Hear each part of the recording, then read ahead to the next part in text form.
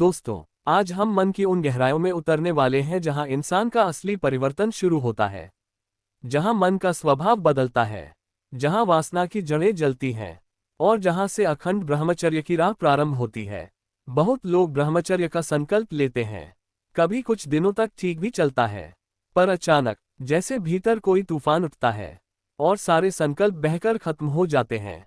फिर पश्चाताप, फिर टूटन, फिर वही गलती और फिर रास्ता खोजने की कोशिश। लेकिन असली सवाल है, ऐसा हर बार क्यों होता है? क्यों हम बार बार गिरते हैं? क्यों मन हमें धोखा देता है? क्यों संकल्प टिकते नहीं? दोस्तों, कारण केवल एक है, हमने मन का पुराना स्वभाव बदला ही नहीं।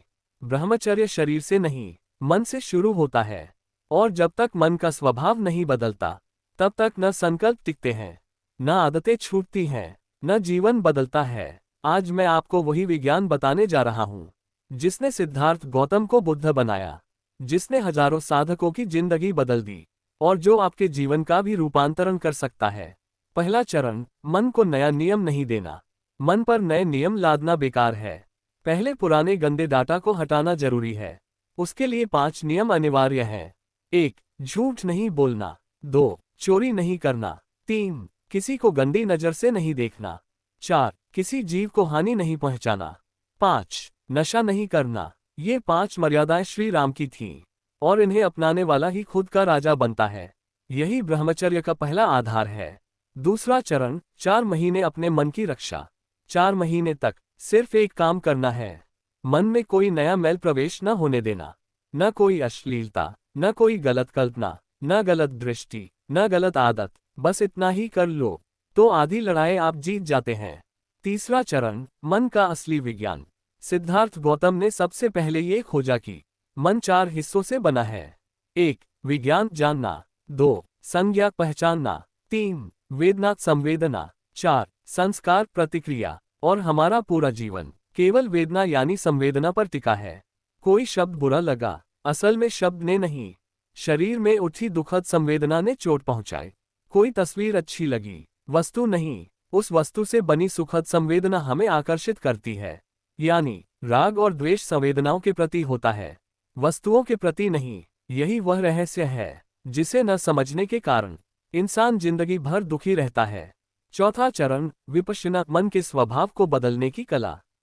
विपश्यना क्या है? यही संवेदनाओं के खेल को समझना और प्रतिक्रिया छोड़ देना। पहले 3 दिन मन को एक बिंदु पर लाया जाता है, ऊपरी होठ और नासिका के क्षेत्र में। यही एकाग्रता आपकी तलवार बनती है। चौथे दिन शरीर की यात्रा शुरू होती है। हर अंग का अनुभव, हर तरंग का निरीक्षण, हर संवेदना को बिना प्रतिक्रिया देखना। खुजली हो, दर्द हो, ठंड हो, गर्मी हो, बस देखें, जानें, पर प्रतिक्रिया न करें। यही है साधना का हृदय। जैसे जैसे आप प्रतिक्रिया छोड़ते जाते हैं, पुराने संस्कार, पुराने विकार धीरे धीरे पिघलने लगते हैं। और दोस्तों, यही वह जगह है जहां ब्रह्मचर्य शुरू होता है।